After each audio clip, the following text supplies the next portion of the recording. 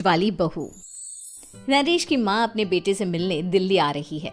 इस बात का पता चलते ही नरेश के दिल में हलचल मच जाती है। नरेश अपनी माँ के स्वागत की तैयारी में लग जाता है। साथ ही उसे डर भी सताने लगता है कि उसकी माँ कहीं अपनी पुरानी जिद पर फिर से बैठ ना जाए। हे भगवान, इस बार बचा लो, अगले साल पक्का माँ की जिद पूरी कर दूंगा। तभी दरवाजे की घंटी बजती है। नरेश दरवाजा खोलता है तो सामने अपने मकान मालिक को देखकर हैरान हो जाता है, क्योंकि उनके साथ एक सुंदर सी लड़की भी थी। अब नमस्ते अंकल, कुछ काम था, मुझे बुला लेते। आपने क्यों कष्ट किया? अरे नहीं नहीं, इसमें कष्ट कैसा, मैं तो बस तुम्हें रीना से मिलवाने आया था। आज से रीना तुम्हारे साथ इसी फ्लैट में रहेगी। अंकल, कोई लड़का फ्लैटमेट नहीं है? एक अनजान लड़की के साथ रहना मेरे लिए थोड़ा अजीब होगा। देखो नरेश, मैं तुम्हें पहले भी बता चुका हूँ कि इस फ्लैट में तुम्हें किसी ना किसी के साथ एडजस्ट करना ही होगा, या फिर तुम अकेले पूरे फ्लैट का किराया दे दो, मैं किसी को नहीं रखूंगा। नरेश अपने मकान मालिक की बात सुन के रीना के साथ रहने के लिए तैयार हो जाता है, पर अंदर ही अंदर उसे ये बात खाने लगती है कि वो अपनी माँ को क्या जवाब देगा जब उसकी माँ रीना के बारे में उसे पूछेगी। दिन बीतने लगते हैं। नरेश और रीना अच्छे दोस्त भी बन जाते हैं, पर अभी भी नरेश अपनी प्रॉब्लम का सलूशन नहीं ढूंढ पाता। एक दिन नरेश बहुत परेशान सा बैठा होता है। तभी रीना उसे पूछती है, क्या हुआ नरेश, तुम काफी परेशान लग रहे हो, सब ठीक तो है ना? हाँ सब ठीक है, बस एक छोटी सी प्रॉब्लम है। वो एक्चुअली 2 दिन बाद मेरी माँ मुझसे मिलने आ रही है। अरे तो इसमें प्रॉब्लम क्या है, ये तो खुशी की बात है। हाँ रीना, बट मेरी माँ एक जिद लेकर बैठ गई है कि मैं शादी कर लूँ, पर मैं अभी इस चीज़ के लिए तैयार नहीं हूँ। ऊपर से जब वो तुम्हें देखेगी तो 100 सवाल करेगी, क्या जवाब दूंगा? अरे इसमें कोई टेंशन वाली बात नहीं है, मेरे पास ना इस प्रॉब्लम का सलूशन है, जिससे ना तुम्हें शादी करनी पड़ेगी और ना ही तुम्हारी माँ मेरे बारे में कुछ पूछेंगी। रीना की बात सुनकर नरेश सोच में डूब जाता है। वो सोचता है कि रीना खुले ख्यालों वाली लड़की है, कहीं माँ को सच बता ना दे। नरेश को सोच में डूबा देखकर रीना कहती है, अरे क्या हुआ, किस सोच में पड़ गए? डोंट वरी, जैसा तुम सोच रहे हो ना वैसे कुछ भी नहीं है, मेरे पास एक प्लान है। मैं कुछ समझ नहीं पा रहा हूँ, कैसा प्लान? मैं समझाती हूँ। हम ना एक कॉन्ट्रैक्ट मैरिज कर लेते हैं। फिलहाल मेरे पास जॉब नहीं है, तो तुम इस रूम का किराया दे देना जब तक तुम्हारी माँ यहाँ रहेंगी, सिर्फ तब तक।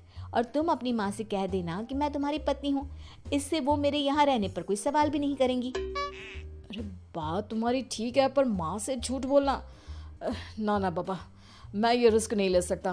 कोई और आइडिया दो ना तुम। देखो मंजूर हो तो बोलो, वरना सच बता दो, मुझे कोई प्रॉब्लम नहीं है। रीना की बात सुनकर नरेश सोच में डूब जाता है। बहुत सोचने के बाद जब उसे कोई रास्ता नहीं मिलता तो वो रीना के बताए हुए रास्ते पर चलने के लिए तैयार हो जाता है। वो रीना से बात करता है और अपनी माँ की पसंद और नापसंद के बारे में बताता है। रीना भी नरेश की सभी बातों को ध्यान से सुनती है, ताकि कहीं उससे कोई गलती ना हो जाए। आखिर वो दिन भी आ जाता है जब नरेश की माँ उससे मिलने दिल्ली आ जाती है। नरेश अपनी माँ को फ्लैट पर लेकर जाता है। जैसे ही नरेश की माँ फ्लैट के अंदर जाती है, रीना उसके पैर छू लेती है।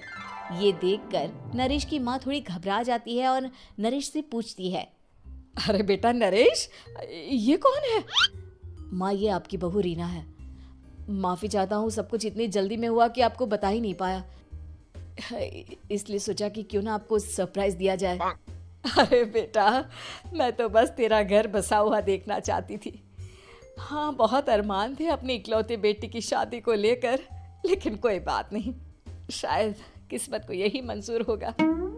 ये कहते ही नरेश की माँ रीना को गले लगा लेती है। रीना बेटिया, मेरा बेटा ना थोड़ा नादान है, पर तुम काफ़ी समझदार लगती हो, और मैं जानती हूँ कि तुम इसका बहुत अच्छे से ध्यान रखोगी। माँ आप चिंता मत कीजिए, मैं सब संभाल लूंगी। नरेश की माँ अपने बहू और बेटे के साथ खुशी खुशी रहने लगती है।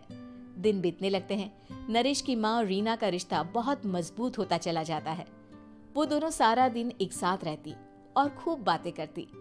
इधर साथ रहते रहते नरेश और रीना भी एक दूसरे से प्यार करने लगते हैं।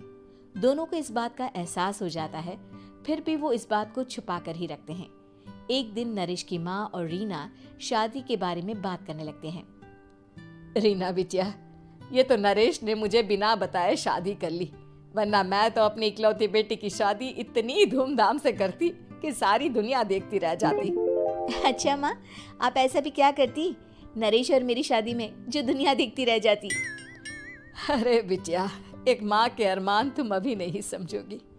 मैं तो अपनी बहू को एक रानी की तरह लेकर आती और शादी भी बिल्कुल शाही अंदाज में करती, पर मेरे तो सारे अरमान ऐसे ही रह गए। खैर, मुझे तो अपने बेटे और बहू की खुशी चाहिए बस। ये कहते हुए नरेश की माँ की आंखों में आंसू आ जाते हैं। रीना भी ये सुनकर ख्यालों में खो जाती है, क्योंकि वो भी मन ही मन खुद को नरेश की पत्नी और उसकी माँ की बहू मानने लगी थी। शाम को जब नरेश ऑफिस से घर आता है तो रीना खुद को रोक नहीं पाती और नरेश के सामने उसकी माँ को अपने और नरेश के रिश्ते का सारा सच बता देती है। रीना की बात सुनकर नरेश की माँ दोनों से बहुत नाराज हो जाती है और घर वापस जाने की बात करने लगती है। तुम दोनों ने मुझसे सच छुपाकर बहुत ठेस पहुंचाई है मुझे। अब तुम लोगों के साथ नहीं रहना चाहती मैं, कल ही वापस चली जाऊंगी अपने घर। माँ, मुझे माफ कर दो, ये सब मैंने रीना के कहने पर ही किया है, वरना मैं भी आपको कभी ठेस पहुंचाने के बारे में सोच भी नहीं सकता। हाँ माँ, हमने ये सिर्फ आपका दिल रखने के लिए किया, प्लीज हम दोनों को माफ कर दीजिए। तुम दोनों ने मेरे अरमानों के साथ खिलवाड़ किया है, और वैसे भी मुझे अपने बेटे के लिए एक अच्छी लड़की ढूंढनी है, इसलिए मेरा यहाँ से जाना ही बेहतर होगा। माँ की ये बात सुनकर रीना खुद को रोक नहीं पाती। माँ, क्या मैं आपके घर की बहू बनने लायक नहीं हूँ? रीना की बात सुनकर नरेश हैरान रह जाता है। नरेश की माँ भी कुछ समझ नहीं पाती।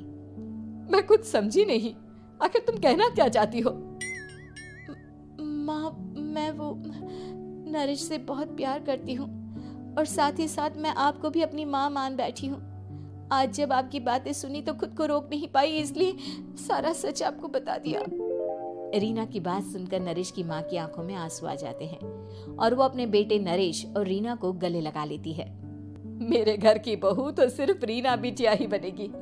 मैं आज ही तुम दोनों की शादी की तारीख निकलवा दूंगी, बस एक बार तुम्हारे घर वाले मान जाए। उसी दिन रीना के माता पिता भी उनके फ्लैट पर आ जाते हैं। दोनों परिवार आपस में बैठकर बातें करते हैं और शादी के लिए राजी हो जाते हैं। रीना भी कॉन्ट्रैक्ट फाड़ देती है और कहती है, सही मायने में मैं अब बहू बनूंगी, अब तक तो सिर्फ कॉन्ट्रैक्ट वाली बहू थी।